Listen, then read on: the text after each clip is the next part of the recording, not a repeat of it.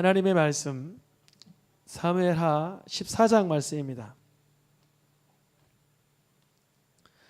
사무엘하 14장 1절에서 8절까지 말씀입니다. 우리 한 절씩 교독하여서 읽겠습니다. 사무엘하 14장 말씀입니다. 수리아의 아들 요압이 왕의 마음이 압살롬에게로 향하는 줄 알고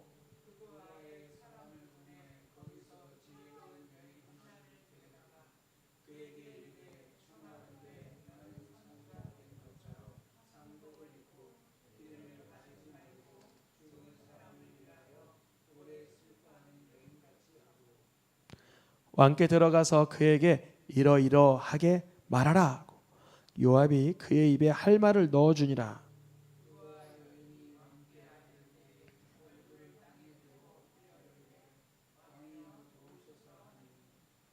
왕이 그에게 이르되 무슨 일이냐 하니라. 대답하되 난 진정 과부이니 남편은 죽고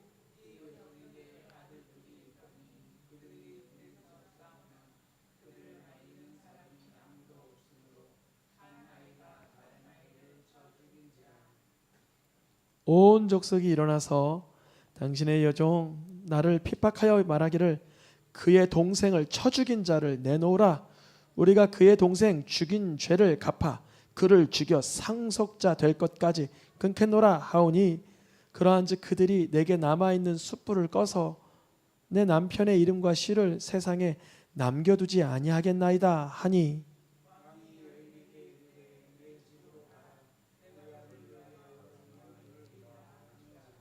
아멘. 사무엘서 상하 강해의 다윗의 자손 예수 그리스도라는 주제로 말씀을 전하고 있습니다. 우리가 초반부에는 다윗이 어떠한 그 훌륭한 면모가 있는지, 다윗이 성전을 대하는 자세, 그리고 다윗이 제사장을 대하는 자세, 다윗이 어떠한 중심을 귀하게 가졌는지를 자주 봤습니다. 다윗이 제사장을 대할 때나 다윗이 선대 왕 사울 왕을 대할 때나 다윗이 선지자를 대할 때나 성전을 대할 때는 참 훌륭했는데 다윗이 자신의 부하 요압을 대할 때나 우리아를 대할 때나 자신의 오늘 본문의 자녀들을 대할 때나 이러한 자신으로부터 근접적인 영역에서는 많은 부분 실수를 했습니다. 아쉽죠? 우리들도 그럴 때 있어요. 사회생활은 잘하는데 가정에 돌아가면 아이나 부모나 자녀애나 형제들에게는 잘 못할 수 있는 연약함이 있죠. 다윗도 참 하나님 말씀에 따라 자기를 핍박하는 왕에게도 그렇게 긍휼을 베풀고 제사장에게도 선지자에게도 하나님의 마음에 합한 자로 서 있었는데 안타깝게도 다윗이 암몬과의 전쟁 때에 한번 우리아의 아내 밧세바로 인해서 간음의 범죄를 저지르고 난 뒤에는 살인의 범죄로 이어졌고 그것을 가리우는 마음이 다 어두워져서 나단 선지자가 죄를 알려줘도 자기인 줄 모르는 형편까지 갔어요. 결국에는 그 사람이 당신이라. 그러니까 그때 가서 내가 하나님께 죄를 범하였습니다 라고 깨달았지만 다윗은 그 뒤로 암몬과의 전쟁 가운데 그 암몬 왕의 왕관을 쟁취하여 자기 머리에 쓰는 우둔한 하나님의 영광을 자기가 차지하는 모습을 보여주었고 그 뒤에 이어서는 자신의 딸이 배다른 다른 아들에게 강간을 당할 때까지 다윗은 그 죄의 연루가 되었었어요. 그 배다른 오라비에게 배다른 딸 다말이 간식을 먹여줄 수 있도록 그렇게 종용한 사람이, 그렇게 허락한 사람이 다윗 본인이었단 말이죠. 그래서 그 사건의 이야기를 듣고는 다윗은 분노하긴 하지만 암몬을 제대로 치리하지 않았습니다. 그 모습을 본 다말의 오라버니 압살롬은 너무나 속상해서 2년 3년이 지난 뒤에 그 자신의 여동생을 함부로 했던 암몬을 죽이게 되죠. 그리고 나서 압살롬은 배다른 형님을 죽인 그 범죄로 인해서 숨어 살고 수년이 지나갑니다. 오늘은 신앙의 기본기 누가 죄악을 담당하나 두 번째 시간입니다. 지금 다윗의 가계, 다윗의 가정, 다윗의 자녀들 사이에는 간음과 살인과 도망자의 인생이 뒤섞여서 죄의 소용돌이 속으로 들어가기 시작했습니다. 이러한 상황에 누가 죄악을 감히 담당할 수 있을까? 다윗 본인도 감당이 안 되는 거예요. 첫째, 다말이 그렇게 속상한 일을 당할 때에도 분노만 하였지 암몬에게 가르치질 못했고, 압살롬이 자기의 배다른 형님을 그렇게 죽일 때에도 압살롬을 불러들여서 그에게 치리하고 책망하지 못하는 다윗의 모습을 우린 볼 수가 있습니다. 다윗은 자녀들의 죄악의 문제를 분노하고 슬퍼하고는 있지만 죄를 감당할 능력이 없는 거예요. 이런 부모들이 굉장히 많아요. 내가 있지, 내 아이가 이 문제로 너무나 불쾌해. 불쾌한 건 누구나 그럴 수 있습니다. 내가 내 자녀의 문제로 너무 낙심되고 슬퍼. 슬픔도 누구나 할 수 있어요. 그런데 내 자녀가 못된 짓을 하거나 나쁜 짓을 하거나 실수를 하거나 넘어졌을 때 그 문제를 붙들고 하나님께 나아가는 사람은 많지 않다는 거예요. 여러분, 자녀들 장성하여 다 큰 자녀라 할지라도 자녀의 어려움과 그런 문제 속에서 같이 거기에 빠져들어가지 마시고 하나님께 간절히 구하시길 축복합니다. 그러면 다윗이 못한 것을 우리는 해내는 믿음의 용사들이 되는 거예요. 다윗은 간음한 암논도 다뤄주지 못했고 살인한 압살롬도 다뤄주지 못했어요. 그 이유는 자신이 간음했던 자이고 자신이 살인했던 자라 도무지 이 죄악의 문제를 다루기에는 하나님께로부터 용서는 받았지만 다뤄줄 수 있는 담담이 없었어요. 여러분, 내가 만약에 죄악에 미끄러졌습니까? 내가 만약에 하나님 미워하는 삶을 부분적으로 일으켰습니까? 그 부분을 용서받고 회개하였다면 담대하게 여러분 자녀들에게도 그러한 모순된 거나 모난 모습이 보여질 때 하나님께 기도하고 하나님의 말씀으로 훈육할 수 있기를 축복합니다. 그리하여서 압살롬은 도망갔어요. 어디로 도망갔어요? 압살롬은 도망하여 그슬 왕 달메에게로 갔어요. 왜 갔을까요? 거기 구슬로. 왜 갔냐면요, 압살롬의 엄마가 그슬 왕 달메의 딸이기 때문에 그래요. 압살롬의 아빠는 누구죠? 다윗. 그러나 엄마는 그슬 왕 달메의 딸 마가라는 여인입니다. 그래서 압살롬은 자신의 배다른 형님 암논을 죽여놓고선 엄마네 쪽으로 도망가 있던 거예요.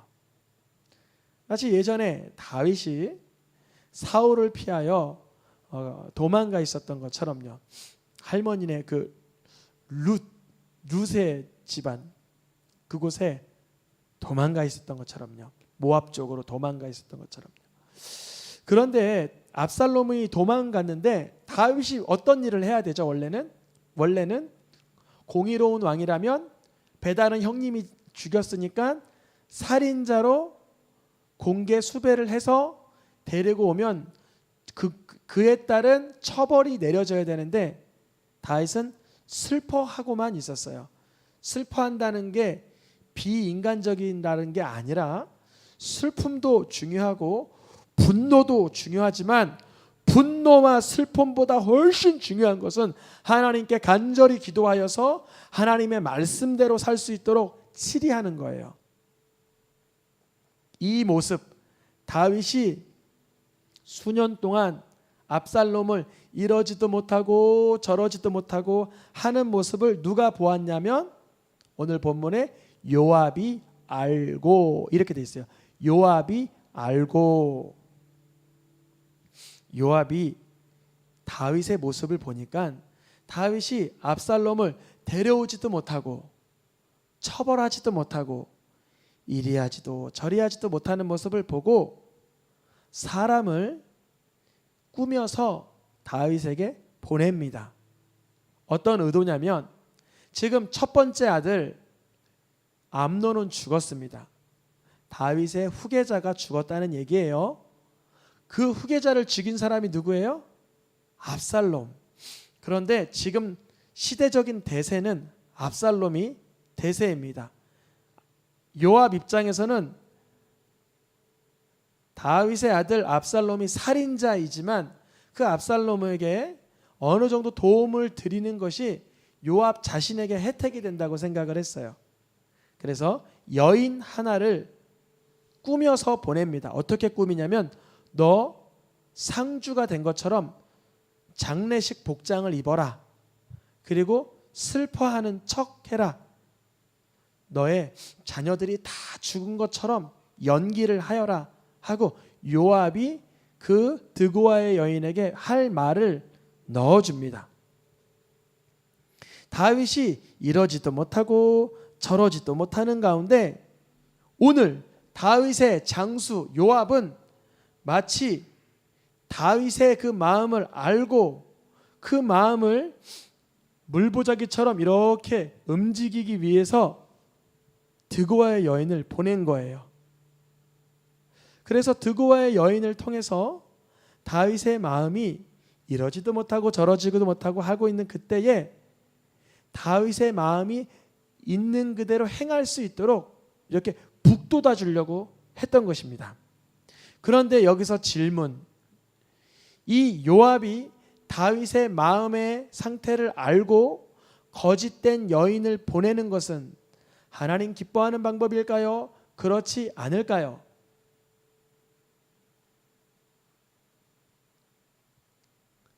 그렇지 않죠. 하나님 기뻐하는 방법이 아니죠. 나단 선지자는 하나님께서 보내셔서 예화를 말하다가 결국 그 사람이 당신입니다 라고 말하면서 거짓을 말한 게 아니라 다윗 얘기해 준 거예요. 다윗의 영혼에 회개할 기회를 준 것입니다. 그런데 오늘 요압은 거짓된 여인을 보냄으로 인하여 다윗이 이러지도 못하고 저러지도 못하고 있었던 그 상황을 모면시켜 주려고 했던 거예요. 거짓말이죠. 여러분, 요압이 하고 있는 거짓말 우리는 일상생활 속에서 얼마나 많이 하는 줄 아십니까? 모면하기 위한 거짓말. 이렇게 내 뜻대로 하고 싶은 거짓말. 누가 봐도 거짓말인데 스스로는 그것이 거짓말이 아니라고 정당화시키는 거짓말. 거짓말은 어떻게 쓰임받는 거냐면요. 읽어보겠습니다. 거짓 혀는 잠시 동안만 있을 뿐이라 거짓 입술은 여호와께 미움을 받는다. 여러분, 내 입술에 아주 조금이라도 거짓이 여전히 있다면 그 사람은 잠시 동안만 회피하려는 스타일인 거예요. 여러분, 예수님 믿는 사람들도요, 거짓 입술을 가진 사람 너무 많아요. 순간적으로 좀 다르게 말해요. 내가 그거 이렇게 한 거야. 그거 요래서 그런 거야. 사실 아닌데. 옆에 있는 사람이 알려줘. 그거 거짓말이잖아요. 알려줘요. 본인은 몰라요. 거짓말인지 아니라 그래요. 내가 더 나은 것을 위한 거짓말을 했던 거라고 말합니다. 네, 거짓혀는 어떻게 하는 거예요? 잠시 동안만 쓰임받아요. 정말 잠시 쓰임받아요. 거짓말하면요 바로 들통이 나요. 그래서 인간관계가 깨져요. 그 사람에 대한 신뢰가 다 무너져요.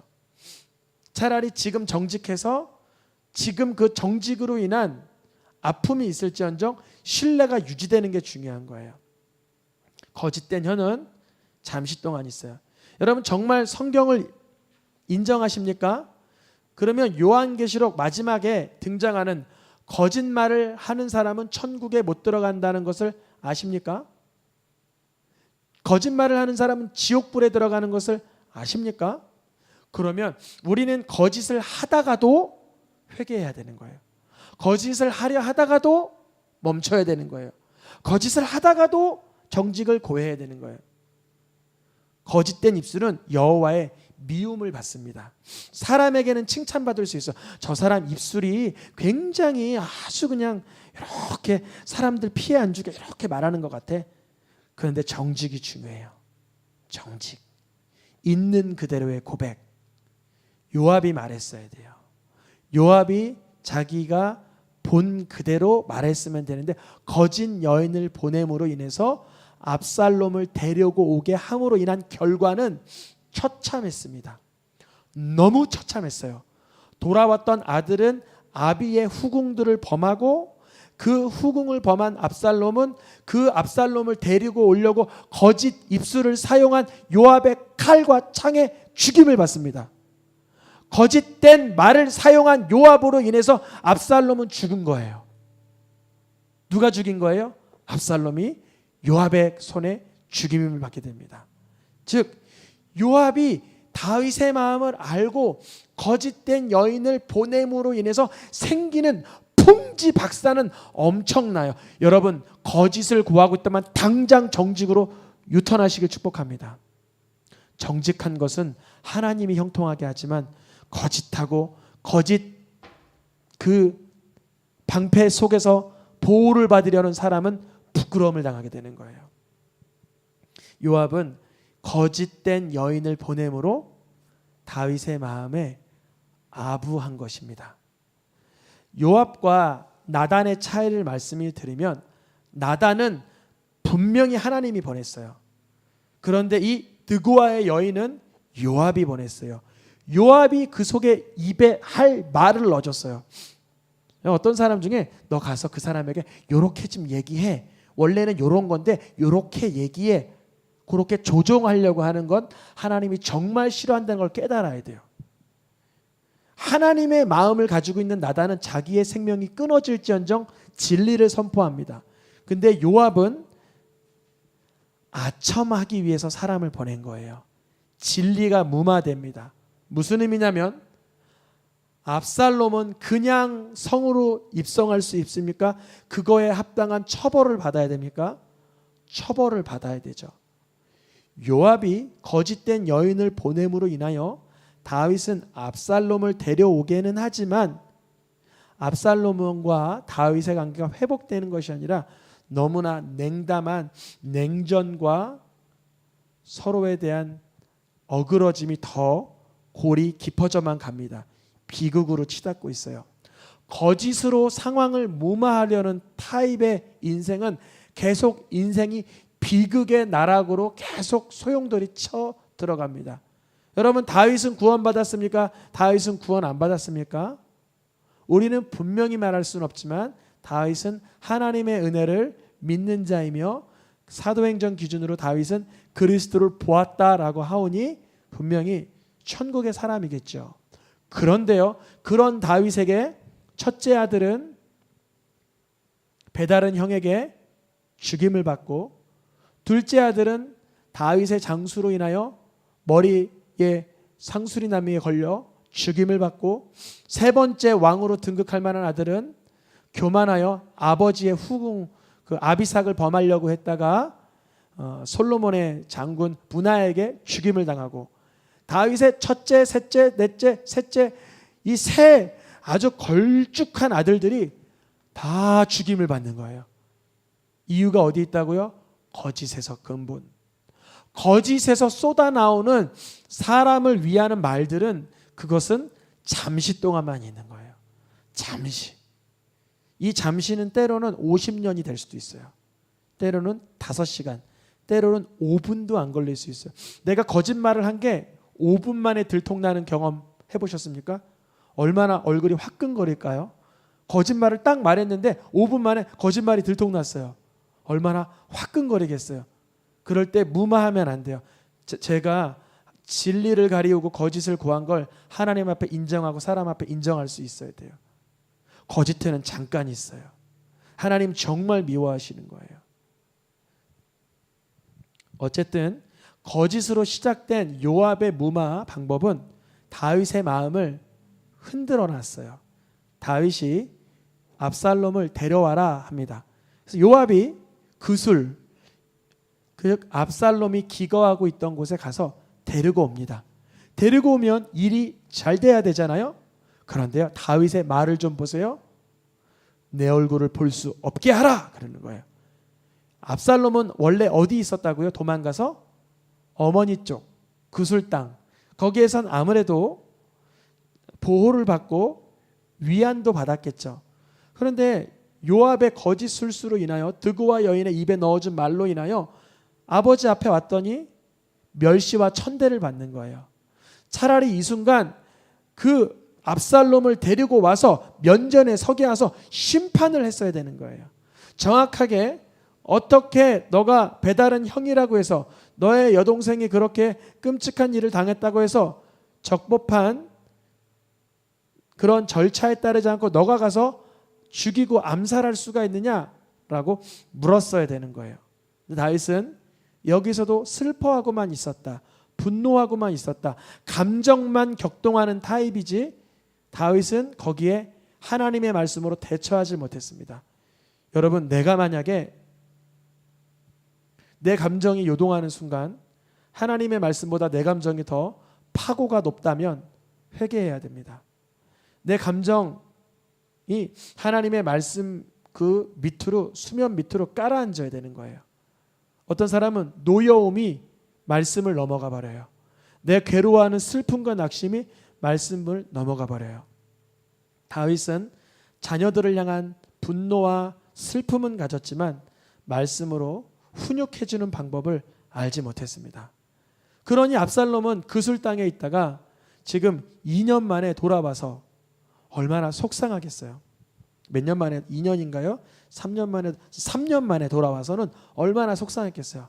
3년 만에 아버지가 오라고 해서 왔거니만 얼굴 보지 말자 그러는 거예요. 분노가 치밀어 올랐겠죠. 어디서부터 분노가 올라왔어요? 압살롬은 예전에 여동생 다말이 강간을 당할 때 그 암논 형을 다윗이 2년 동안이나 방종시키고 방관했을 때부터 노여움이 차올라왔어요. 그 2년 동안의 노여움, 자기를 불러놓고 얼굴을 면전에 대하지 않는 3년 동안의 노여움은 압살롬을 화나게 했습니다. 압살롬이 왕의 얼굴을 보지 못하니까 자기를 부르러 왔던 요압에게 이렇게 말하는 거예요. 요압아, 나 왕을 좀 보고자 하오니, 아버지 다윗을 좀 보고자 하오니 나를 좀 불러주시오. 그런데요, 요압은 압살롬을 데리고 올 때는 드고와의 여인을 보내놓고선 지금 3년 동안 정말 처량하게 보내고 있는 압살롬을 향한 마음의 관심이 있지 않았어요. 그런데요, 압살롬이 꾀를 냅니다. 요압의 밭에 불을 질러 버리는 거예요. 요압이 화가 나서 압살롬에게 찾아와서 너 왜 내 밭에 불을, 너의 종을 시켜서 불 지르려고 그래? 자기에게 손해가 끼치니까 그때서야 반응을 하는 거예요.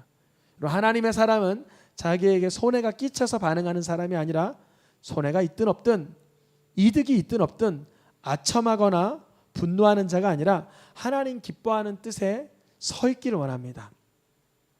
요압에게 사람을 보내는데 요압이 압살롬에게 귀를 열지 않는 거예요. 결국은 압살롬이 이런 못된 불지르는 행동을 통해서 요압을 불러오게 합니다. 그리고 나서 아버지에게 나아가서 화해하는 모습이 연출되긴 합니다. 그 모습이 다윗과 압살롬에 이렇게 입맞추는 장면입니다. 그런데 이것이 거짓으로 시작된 잘못된 화해의 비극의 시작인데요, 압살롬은 이제 아버지와의 입맞춤이 끝난 뒤에는 아버지 다윗보다 자신이 더 높아지려는 마음을 확고히 곤고히 하게 됩니다. 아버지에게 이렇게 말해요. 아버지, 내가 저기 가볼 데가 있습니다. 서원한 것이 있습니다. 아니, 그래, 무엇이냐? 내가 헤브론에 가서 서원할 것을 이행하겠습니다. 아버지 다윗은 아직도 영적으로 아둔하여서 압살롬이 무엇 할지를 추측도 못 해보는 거예요. 쿠데타를 일으킬 거라는 건 생각지도 못합니다. 그런데 압살롬의 마음엔 이거예요. 내 형 암논도 죽었고 내가 3년 동안 피신했다가 나를 불러들였으니 이제 나 외에 승승장구할 사람이 누굴꼬? 내가 왕이 되어야 되겠다 해서 압살롬이 여러 사람들에게 나팔을 불러시키고 자신이 왕임을 증명합니다. 그때 바로 다윗은 이 순간 압살롬의 손에 쫓기어 도망치는 신세가 됩니다. 감사하게도 하나님은 그 다윗의 허물, 영적인 어두운 그러한 허탄한 모습을 보시면서도 압살롬의 편에 서 계시지 않고 다윗의 편에 서 계셔서 다윗을 보호하여 주시죠. 그런데 그 압살롬이 승승장구할 줄 알았는데 다윗의 부대와 아들 압살롬의 부대의 전쟁 가운데 다윗의 장수 요압이 압살롬을 죽이게 됩니다. 아버지 다윗은 내 아들이 죽어가는 것을 기쁘게 여겼을까요? 다윗이요, 병사들에게 내 아들 압살롬을 죽이지 않기를 원하는 그런 멘트를 했습니다. 근데 요압은 그것을 알고도 다윗보다 쿠데타를 일으킬 위험한 인물을 알기 때문에 요압 손으로 압살롬을 죽이게 되는데요. 이 모습은 마치 수년 전에 한참 거슬러 올라가서 요압이 전쟁을 빌미로 귀한 충성된 장수 우리아를 죽이는 모습과 좀 흡사합니다. 아마 요압은 이런 생각도 했을 거예요. 다윗이 아무리 압살롬을 죽이지 말라 해도 죽이는 것을 좋아할 거야. 다윗의 안위를 위협하는 쿠데타를 일으킨 세력 그 수장인 압살롬 죽이는 게 낫겠어 자기 판단을 했을 것입니다. 결국 요압으로 시작된 다윗의 이 이러하지도 저러하지도 못했던 갈등의 소용돌이는 더 끔찍한 상황으로 치닫게 되었습니다. 이제 다윗 가문에 이스라엘 나라에 죄를 담당할 사람은 없게 된 거예요. 다윗도 죄에 노출되었고 요압도 죄의 소용돌이 속에서 드고아의 여인을 통해서 조언은 하였지만 더 심각한 문제가 일어났습니다. 쿠데타요, 아비의 군대가 아들의 군대를 진멸하다가 아들을 죽이게 되는 그러한 지경까지 이르게 됐습니다. 예전에 드고아의 여인이 했던 말을 한마디 살펴보고자 합니다. 이렇게 물어봤어요. 드고아의 여인이 다윗에게 내쫓긴 자를 왕께서 집으로 돌아오게 하지 아니하심이니이다.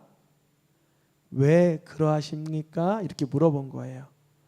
다윗은 왜 압살롬을 집으로 들일 수 없었을까요? 첫째는 집으로 돌아옴으로 그가 받을 형벌이 아비로서 두려울 수 있고, 두 번째는 그 죄를 다뤄줄 능력이 본인에게는 없었던 거예요. 다윗이 만약 하나님의 은혜와 말씀과 기도로 담대했다면 압살롬을 불러들여서 그의 죄에 응당한 조치를 취하고 아비의 사랑으로 끌어안고 하나님의 자녀되는 삶을 살아갈 수 있도록 도왔어야 됩니다. 우리의 삶 속에 죄를 담당해 주실 분은 그래서 예수 그리스도밖에 계시지 않습니다. 오직 인생 가운데 예수님만이 죄가 없으신 분이기 때문에 그래요. 우리 모든 사람은 다른 사람의 죄들을 다루어 주려고 할 때 내 죄가 불쑥 튀어올라 감정적으로 격동되거나 아니면 내 수치감에 온전하게 훈육해 줄 수가 없습니다. 오직 하나님의 아들 예수 그리스도께서만 우리의 죄를 속하기 위해서 이 땅에 자기 몸을 들여 우리의 죄를 대신하여 피 흘리신 분이기 때문에 예수님을 내 구주로 맞이할 때만 죄가 감당되고 담당되게 하시는 줄 믿습니다. 저도 그래요. 저도 자녀가 3명이나 있는데요. 자녀들이 실수하거나 이렇게 문제가 생기거나 어려울 때 꼭 먼저 예수님을 내 마음에 묵상합니다. 예수님, 아이들이 이러한 것으로 고통스러워하고 울고 있고 소통이 안 되고 낙심했습니다. 책망을 해야 되나요? 훈계를 해야 되나요? 안아줘야 되나요? 선물을 사줘야 되나요? 응원해줘야 되나요? 기다려야 되나요? 그걸 여쭤봐요. 때로는 주님께서 기다리라 그래요. 그럼 아이들이 아빠 하면서 뭘 요청해도 아빠가 조금 기다릴게. 때로는 하나님께서 선물을 사주라 그래요. 너무나 나도 바쁜 여정이지만 데리고 나가서 데이트를 하는 거예요. 그런데 오늘 본문의 다윗은 요압이 입에 넣어준 드고아 여인의 거짓 입술로 말미암아 훈계를 받으니 하나님과는 상관없는 죄악의 소용돌이로 치닫게 되는 거예요. 우리의 인생 가운데 누가 죄악을 담당할 수 있습니까? 어느 집안이든 죄의 문제가 있어요.